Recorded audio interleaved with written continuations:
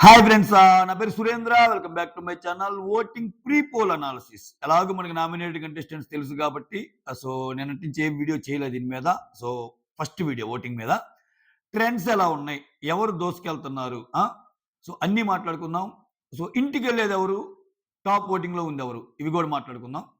దానికంటే ముందు videos నచ్చుతుంటే like చేయండి, కొత్తగా ఎవరైనా చూస్తుంటే ప్లీజ్ డూ సబ్స్క్రైబ్. ఒక చిన్న కథ చెప్పుకుందాం దానికంటే ముందు. కథ ఏంటంటే, సో ఒక ఊర్లో ఒక ఆయన ఉంటాడు. ఆయన ఒక బాధపడతా ఉంటాడు ఏజొచ్చాక. ఏందిరా బోయి అందరూ ఇరుగు పొరుగెళ్ళి అడిగితే ఏం చేస్తాడంటే, నన్ను వదిలేసి వెళ్ళిపోయింది మా భార్య. అసలు నేను అష్ట కష్టాలు పడుతున్నాను. ఎందుకు ఇలా చేస్తుందో ఏమో అన్నట్టు అంటారు. సో ఆయన రిలేటివ్స్ గాని, అదే నియర్ అండ్ డియర్ గాని అందరెళ్లి ఆమె మీదకి అసల ఏమన్నా ఉందా అసల? ఆయన్నేంది అలా వదిలేసి వెళ్ళావు అనటానికి ఆమె దగ్గరికెళ్తారు. ఆమె దగ్గరికెళ్తే తిట్టడానికెళ్తారు. ఏంటి అసలు మీరు కలిసి ఉండాలి గానీ ఇదేంది? ఆయన అసల అన్నీ నీ మీద చెప్పాడు అది ఇది అని. చూసి అక్కడికెళ్ళి ఆమె మొత్తం చేతులు, కాళ్ళు చూసి షాక్ అయిపోతారు ఆళ్ళు. మొత్తం ఘాట్లు, గీట్లు అన్నీ ఉంటాయి. నన్ను రోజు కొడుతున్నాడు స్వామి. ఆయన దెబ్బకి తట్టుకోలేక నేనొచ్చాను. మీకిట్లా చెప్పాడా అంటారు. మైండ్ పోద్ది వాళ్ళకి. సో, అట్నే మనకు కనపడేదొకటి, ఒక్కోసారి మనం చూసేదొకటి, అక్కడ జరిగేదొకటి. ఇయన్నీ గూడా ఉంటాయి కొన్ని కొన్ని. ఓకే. చాలా చాలా బేస్ చేసుకొని ఎళ్తున్నా నిజం అనేది ఏదో ఒక రోజు బయటపడిద్ది. ఓకేనా? సో, ఇది దాని దాని అవసరం వచ్చినప్పుడు ఈ కథ అర్థమేందో మీకు అర్థమైపోద్ది. ఓకేనా? రైట్.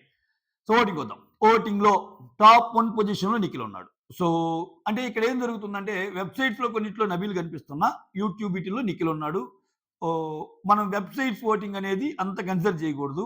ఈవెన్ యూట్యూబ్ ఓటింగ్ గూడా కన్సిడర్ చేయొచ్చు. వెబ్‌సైట్‌తో పోల్చుకుంటే యూట్యూబ్ కొంచెం ఖచ్చితంగా అథెంటిసిటీ ఉన్నదే. కాకపోతే మనకి చాలా ఉన్నాయి ఎగ్జాంపుల్స్. అంటే ఒక మ్యాసివ్ ఓట్ పడేటప్పుడు మాత్రం ఇవి తిరగబడతాయి. నేను పర్ఫెక్ట్ ఎగ్జాంపుల్ ఇస్తా. మీరు పాలిటిక్స్ గాని ఫాలో అయ్యే పనైతే లాస్ట్ టైమ్ ఏపీ ఎలక్షన్స్‌లో ప్రొఫెసర్ నాగేశ్వరరావు గారు ఉంటారు. అనలిస్ట్. సో, ఆయన పెట్టిన ఓటింగ్ పోల్‌లో వైసీపీకి ఎక్కువ, టీడీపీకి తక్కువ అట్లా చూపించింది. అదే లాస్ట్ ఇయర్ అయితే టీడీపీకి ఎక్కువ, అంటే లాస్ట్ టర్మ్ టీడీపీకి ఎక్కువ, వైసీపీకి తక్కువ చూపించింది. లాస్ట్ టర్మ్ ఏమో వైసీపీకి ఎక్కువ అని చూపించింది, టీడీపీ గెలిచింది. అంతకు ముందేమో టీడీపీకి ఎక్కువ అని చూపించి వైసీపీకి గెలిచింది. ఇక్కడ కూడా అంతే. తెలంగాణలో టీఆర్ఎస్ ఆర్ కాంగ్రెస్ అంటే పోల్స్ అన్ని ఒకలాగా చూపించినాయి. అంటే పోస్ట్ పోల్స్ వేరు.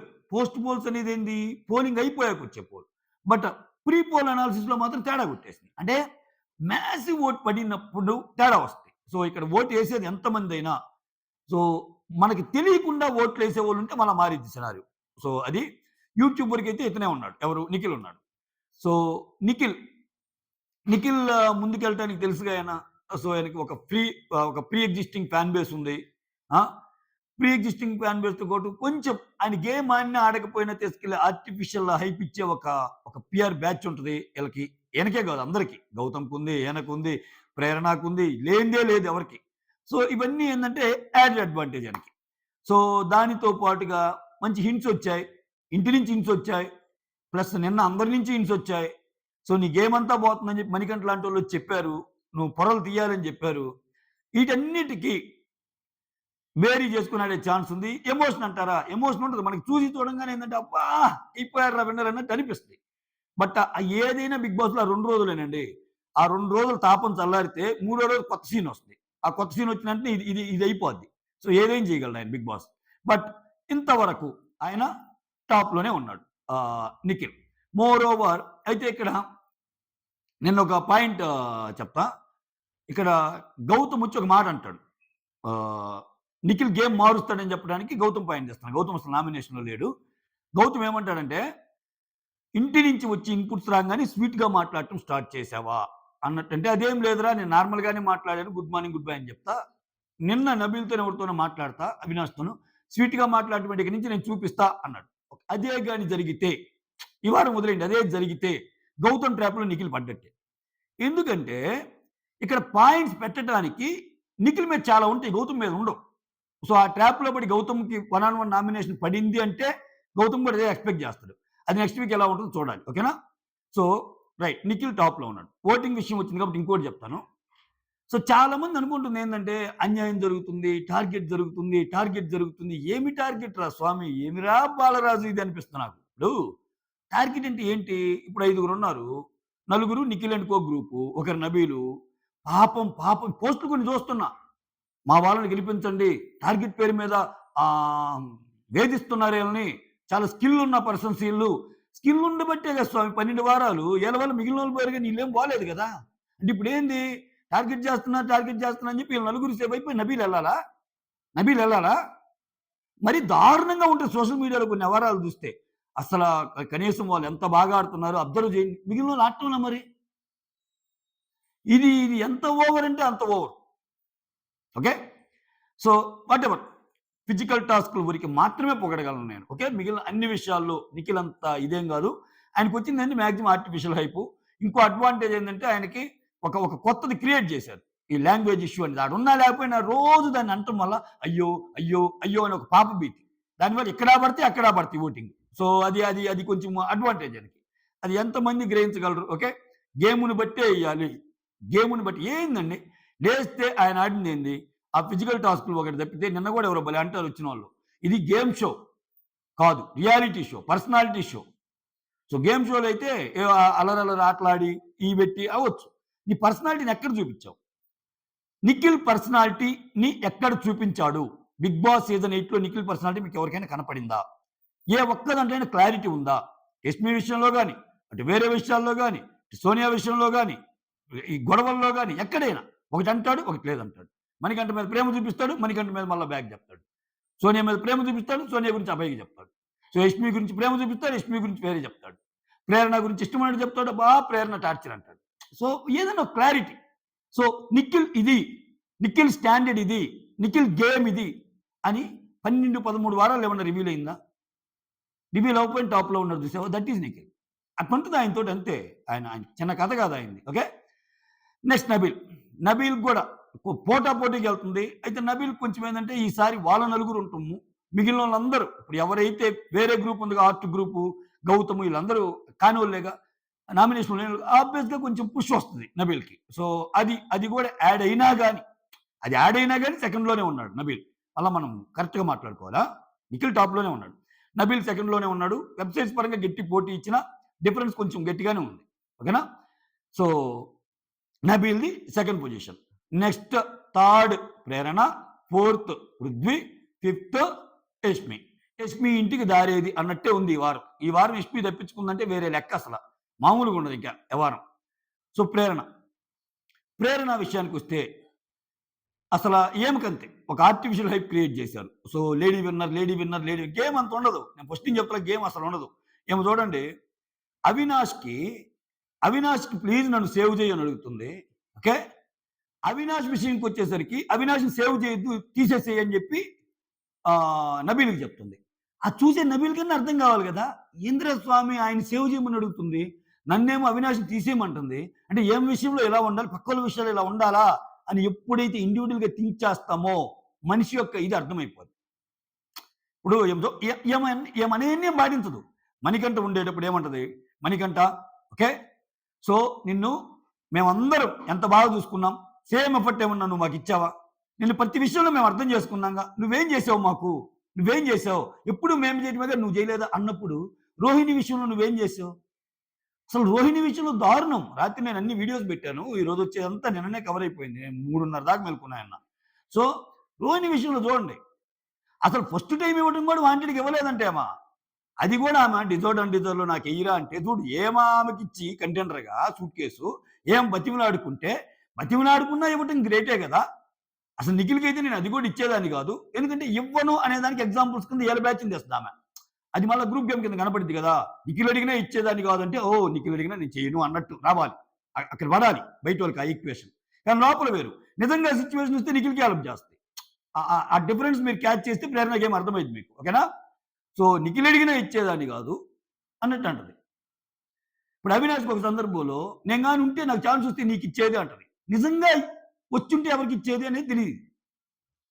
ఇప్పుడు ఆమెకు ఛాన్స్ వచ్చినప్పుడు నిజంగా రోహిణికి ఇచ్చిందా? నబీల్‌కి ఇచ్చిందా? నబీల్‌కి ఇచ్చింది. కదా! సో అట్లా ఉంటాయి ఆమెయి. సో ఏమన్నదే ఫాలో అవ్వదు. ఇప్పుడు మణికంఠ విషయంలో నువ్వేదైతే అన్నావో, నేనింత పంచాను, మేమింత పంచుతున్నాం, నువ్వేం చేస్తున్నావని. సేమ్ రోహిణి ఇచ్చినప్పుడు రోహిణికి ఇవ్వలేని పరిస్థితి. దానివల్ల పెద్ద పెద్ద పేర్లు.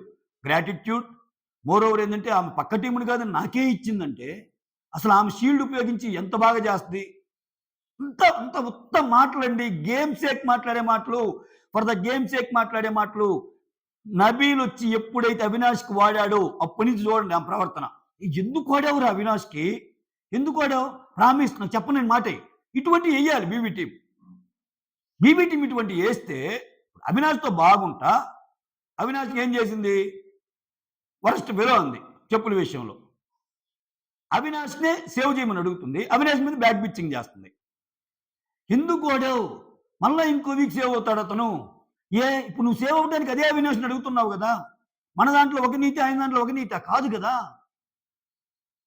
Hey come on guys, Prerana fans. మన దాంట్లో ఒక నీతి, వాళ్ళ దాంట్లో ఒక నీతి కాదు గదా! సో, నువ్వు సేవ్ అవ్వడానికి అవినాష్ హెల్ప్ గావాలి. అదే అవినాష్‌ని గేమ్ నుంచి తీసేయడానికి నబీల్ సహాయం గావాలి. క్యా రే! What is this? This is Prerana's game. Okay. ఇక్కడ చూడండి మళ్ళా నేను నుంచి నాకేమన్నా నేనేం పట్టించుకోను. నాకేమన్నా నేను చెప్పను. ఇప్పుడేం భలే అంటుంది చూడు. నీకు ఇంత వారాల్లో ఆదిత్య గారు ఒక పాయింట్ అడుగుతారు. నీకు ఇన్ని వారాల్లో ఒక్కసారి కూడా యష్మిని చేయాలని లేదా అంటే, నాకు గౌతమ్ పాయింట్‌తో పోల్చుకుంటే యష్మి పాయింట్ తక్కువ. నాకు యష్మినే ఎక్కువ గేమ్ పరంగా. ఏ ఏ పరంగా ఎక్కువ యష్మి? ఎలా ఎక్కువ? ఏం గేమ్స్ ఆడింది? ఎలా బిహేవియరల్ ఆస్పెక్ట్స్ అన్నీ బాగున్నాయా? యాటిట్యూడ్ ఇష్యూస్ లేవా? అసలు అంతే మొత్తం ఇంకా అంటే ముత్యాలు బాలయ్య బాబు డైలాగ్ ఉంటది ఒకటి. ముత్యాలు ఎటవాలుగా దొర్లుతున్నట్టు అని చెప్తుంటాడు ఆడియో ఫంక్షన్‌లో. అట్లా ఏమన్నా ఉండే ఇదా వీళ్ళందరియి? ఏం కనపడలేదా ఇంతవరకు? యష్మి చేయాలనుకుంటా ఉంటదంట. ఆ ఛాన్స్ మిస్ అయ్యిద్దంట. ఈళ్ళు భలే ఉంటాయి ఆళ్ళయి. సో, చూడండి ఇమాజినరీ థింగ్స్ అన్నీ అవలీలగా చెప్తారు. ఆహ్, "అరే! నాకు గాని ఛాన్స్ వస్తే నిన్ను సేవ్ చేసేదాన్నిరా" అని అవినాష్‌తో చెప్తది. అదేంది అది జరగల.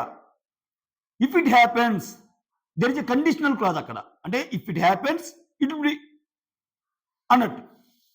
సో ఒకవేళ జరిగితే అది రియల్‌గా జరిగితే ఏమైద్ది అనేది కదా! అట్లానే యష్మి గూడా నేనక్కడ టాస్క్‌లో ప్రేరణని ఏద్దాం అనుకున్నాను. ఛాన్స్ రాలా. ఆ ఒక్కసారి ఛాన్స్ రాలా. మిగిలిన 11 వారాలు ఒప్పుకో. నాకు ఈ 70 రోజుల్లో ఏమి లేవు అని. ప్రేరణ గేమ్ చూడండి. గ్రూప్ గేమ్‌ని మాట్లాడాల్సి వచ్చినప్పుడు కూడా ఏమి ఓడిపోద్ది. గౌతమ్ తోటి ఏమంటదంటే అరే గ్రూప్ గేమ్ అంటారేంట్రా ఫ్రెండ్స్ అని టేస్టీ తేజని తెచ్చి, టేస్టీ తేజ అదేంద్ర గ్రూప్ గేమ్ మేమిద్దరం గ్రూప్ గేమ్ అంటాడు. ఇప్పుడు నువ్వు ఉన్నావురా అవినాష్‌కి, పృథ్వీకి ఛాన్స్ వస్తే నువ్వు అవినాష్‌కి కొడతావా? పృథ్వీకి కొడతావా అంటది. అక్కడ ఎగ్జాంపుల్‌లో కూడా ఈళ్ళ గ్రూప్ గురించి చెప్పింది కానీ, ఆమె గౌతమ్ గ్రూప్ గురించి చెప్పడానికి లేదు ఆమె పాయింట్. అది కనిపిస్తుంది జెన్యూనిటీ. ఎందుకని? ఆయన గ్రూప్ లేదు. గ్రూప్‌ని కావాలని క్రియేట్ చేసిన గ్రూప్ అవ్వదది. ఇంతమంది చూస్తున్నప్పుడు. సో, ఇటువంటి గేమ్ ఈమె సొంతం. సో, అంతే ఇంకా. సో, కాకపోతే "నువ్వొద్దు ప్రేరణ నేనున్నాను ముందు వరుసలో" అని చెప్పి అడ్డొచ్చేసింది ఎవరు యష్మి. "నేనున్నాను నీకెందుకు నువ్వసలు ఏమొద్దు. నేనున్నా గదా! అర సెకన్‌లో దొరికిపోతా ఏదైనా తప్పు చేయటంలో" అనంటే ముందుకొచ్చింది. భీకరమైన పెర్ఫార్మన్స్ ఇచ్చింది. యాక్చువల్‌గా ఆమె నెగటివిటీ అంతా ఈమెకొచ్చింది. ఓకే. కష్టమే ఇంకా యష్మి ఉండటం. ఓకే. ఆ పరంగా ప్రేరణ సేవ్. నెక్స్ట్ పృథ్వీ. పృథ్వీ బాగానే ఆడుతున్నాడు. పృథ్వీ గురించి ఒక మాట చెప్పాలి నిన్న. సో, పృథ్వీ నేను ఆల్రెడీ విష్ణు గారి మీద చేసిన స్పెషల్ అనాలిసిస్‌లో చెప్పా. లైవ్‌లో కూడా చెప్పా. లైవ్‌లో జరిగింది. ఇది నేను కోట్ చేయలా. నిఖిల్ బాధపడుతుంటే ఓదార్స్తూ అంటాడు. "ఏంట్రా యష్మి చెప్పు. నా మీద నన్ను అంటుంటే అయన్నీ కాదు. నిజం కాదని చెప్పలేదా? లేకపోతే అది నిజమని ఒప్పుకున్నట్టా? మాట్లాడు యష్మితోటి" అని చెప్తా విష్ణు ఎగ్జాంపుల్ కోట్ చేస్తాడు. అరే వచ్చినోళ్ళందరూ విష్ణుని అన్నారు నాతో లింకప్ చేసి. సో, విష్ణు నీ వల్ల పాడవుతుంది. నీ గేమ్ పాడవుతుందని. ఎక్కడైనా గాని ఆ రిఫరెన్స్ తెచ్చి నన్నంటే నేను నిజంగా సైక్ అయ్యేవాడిని. కానీ ఒక్కసారి కూడా అనలా అంటారు. That is Vishnu. సో, కాపోతే మన దరిద్రం ఏందంటే, వాళ్ళేం గేమ్ ఆడుతున్నారు అన్నట్టు అనిపిస్తుంది. ఈళ్ళేం గేమ్ ఆడుతున్నారు? గేమ్ అంటే ఏంటి? నాకసలు అర్థం కావట్లా. చాలామంది గేమ్‌ని డిఫైన్ చేసేటప్పుడు ఎంత కష్టపడింది ప్రేరణ నోటొక్కటే. గురించి చెప్పేటప్పుడు ఆ నోట్లో 4 మాటలు తగ్గించుకుంటే బంగారం. నోట్లో 4 మాటలు తగ్గించుకుంటే ఆమెకు తిరుగులేదు. నోట్లో 4 మాటలు తగ్గించుకుంటే ఆమె విన్నర్ మెటీరియల్. నోట్లో 4 మాటలే కాదు. నోట్లో 4 మాటలంటే పొరపాటున తిట్టటం. ఇప్పుడు ఇవన్నీ ఉన్నాయి గదా! ఏవి క్యారెక్టర్‌లెస్ అంటాం. ఆ తర్వాత వరస్ట్ ఫెలో అంటాం. ఇయన్నీ. సో, తిట్లు గాకుండా బిహేవియరల్ యాస్పెక్ట్స్ అని కొన్నుంటాయి. అవేంటి తెలుసా? అరే విష్ణువుతో ఎలా ఫ్రెండ్‌షిప్ చేశారురా మీరు? ఆ అమ్మాయి గురించి తెలిసి అని అంటాం. ఓకేనా? ఆమె యాక్చువల్ ఒరిజినల్ ఇదేంటి తెలుసా? అరే నన్ను సేవ్ చేయరా అని చెప్పి ఆ సేవ్ చేయాలన్న పర్సన్‌ని ఆయన్ని పంపియాలని చూసావా? అది నోటి దురుసు కాదు. అది అది ఒక రకమైన కన్నింగ్ స్ట్రాటజీ. ఓన్లీ నోరొక్కటే అనుకుంటున్నారు మీరు. ఓన్లీ నోరు దురుసు తప్పితే ఏముందంటున్నారు. నోటి దురుసుని మించి ఉన్నాయి ఆమెలో మీరు చూస్తే. ఓకే. తన అనుకున్నోళ్ళని వాళ్ళనంటే అనుకో నువ్వు పోయి. ఆ గ్రూప్‌లో నేను లేను అని ఈళ్ళతో అంటది. అక్కడికి పోయి ఈళ్ళ గురించి విషయాలన్నీ వాళ్ళతో చెప్తది. అంతెందుకండి పృథ్వీతో అంత గొడవైంది కదా! కిల్లర్ టాస్క్‌లో. ఆ నెక్స్ట్ డే గెలవగలిగావుగా నువ్వు. చాలా బాగా గెలవగలిగావుగా. సో, నీకు నబీల్‌తో ఏం చిన్న గొడవ ఇమ్మెచ్యూర్ అనేది. సో, నీకు వారం తీసుకున్నావుగా టైము. అసలు గౌతమ్‌తో అయితే అసలు గొడవే కాదు.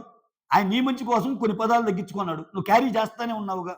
ఏ అదే కదా నేను రాజశేఖర్ చెప్పడానికి ట్రై చేసింది. మన వాళ్ళు, మన వాళ్ళు, నేను గ్రూప్ అనేది మీరు ఎంత బాగా చూపిస్తారు అని. కనపడటం లేదా? సందర్భం వచ్చిన ప్రతిసారి నువ్వేదో ఒకరికి హెల్ప్ చేయడానికి ట్రై చేస్తావుగా. రైట్? సో, పృథ్వీ అయితే నిజంగా నేను సేవ్ అవ్వాలని కోరుకుంటా. నాకు నిజంగా వీళ్ళ నలుగురిలో కూడా ఫస్ట్ సేవ్ అవ్వాలని కోరుకునేది మాత్రం పృథ్వీని. కొన్ని ఉన్నాయి. కొన్ని డిఫరెన్స్ ఆఫ్ ఒపీనియన్స్ ఉన్నా చాలా బెటర్ ఆయన వాళ్ళతో పోల్చుకుంటే. కొంచెం జెన్యూన్‌గా ఉంటాడు. నేను 4వ వారం నుంచే చెప్తున్నా. పృథ్వీ చాలా జెన్యూన్‌గా ఉంటాడు. కొన్ని ఏందంటే ఒక్కోసారి తప్పు. ఒక్కోసారి మనం ఎంత మంచోళ్ళమైనా మనం ఉంటున్న గ్రూప్ అన్నప్పుడు ఆ గ్రూప్ ముద్ర మన మీద కూడా పడిద్ది. అయితే దానివల్ల ఈళ్ళకి పోయిందేమి లేదులే. బిగ్ బాస్ లేపుతున్నారు, బయటోళ్ళు లేపుతున్నారు. నాకదే అర్థం కాదు. ఇప్పటికి కూడా వాళ్ళకి అన్యాయం చేయనట్లు మాట్లాడతారు స్వామి. ఎంత అన్యాయం జరిగింది. మనం పట్టించుకోకూడదు అటువంటి. 12వ వారం దాకా వచ్చారురా నాయనా వాళ్ళు. ఇంక 2, 3 వారాలే.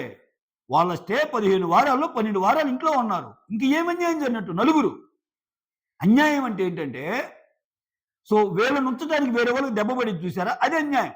ఎవరికి టార్గెట్ అయినప్పుడప్పుడు వీళ్ళని ఉంచడానికి వేరే వాళ్ళు వెళ్ళిపోతారు చూడు. అది అన్యాయం. That is called target. ఇది టార్గెట్ కాదు. మీరు మోసపోవద్దు ప్లీజ్ దయచేసి. కొంతమంది పిఆర్‌లు చెప్పే మాటలు, కొంతమంది చెప్పే మాటలు చూసి అయ్యో! జాలి వద్దు. నటన బోలెడంత నటన ఉంటది అక్కడ. ఏముండదు. బయటకొస్తే మళ్ళా అంతా చాలా ఈజీగా ఉంటది. ఓకే. సో, అది ఓవరాల్‌గా ఇంటికెళ్ళే జాబితాలో అయితే యష్మి ఉంది ప్రస్తుతానికి. అంటే కొంచెం తేడాతో అంతే. అంటే నేను యష్మి కంటే పృథ్వీకి జస్ట్ 1%. పృథ్వీ కంటే ప్రేరణకి జస్ట్ 1%. ఓకేనా?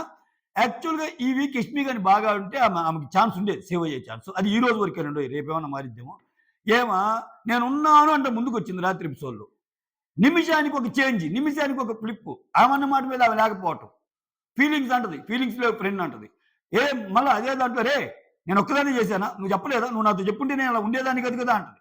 మళ్ళా లాస్ట్‌లోనేమో అంతా అయిపోయి కూర్చొని నువ్వు గెలవాలిరా అంటది. ఒక జస్ట్ 10 మినిట్స్‌లో 100 వేరియేషన్స్ చూపిస్తుంది ఈ అమ్మాయి. ఏదింకా? అంతా అయిపోయి సడెన్‌గా పోయి డాడీ అని ఏడుస్తుంది పప్పా అని. ఇది ఏంది ఇంక చూసేవాళ్ళు మళ్ళా అబ్బబ్బబ్బా! యష్మి ఏడుస్తుందని అనుకోవాలా. ఒక 10 ఓట్లు పడాలా. ఈ జెన్యూన్‌గా ఆడేవాడంతా గిమటోడ్చి అంతా చూసుకున్నాక వాడిని ఇంటికి పంపిస్తారు ఏదో ఒకటి. చేసి అబ్బాయి నీకు ఇలా వచ్చినియి తక్కువ ఓట్లు నీకు అది ఇది అని చెప్పి ఇంటికి దారేది. ఇది కథ. ఇదే కథ ఈ కథ. ఇదే కథ సీజన్ 8 కథ. సమాప్తము. ఒక లైక్ కొట్టు. That's all. Signing off. Me Surendra.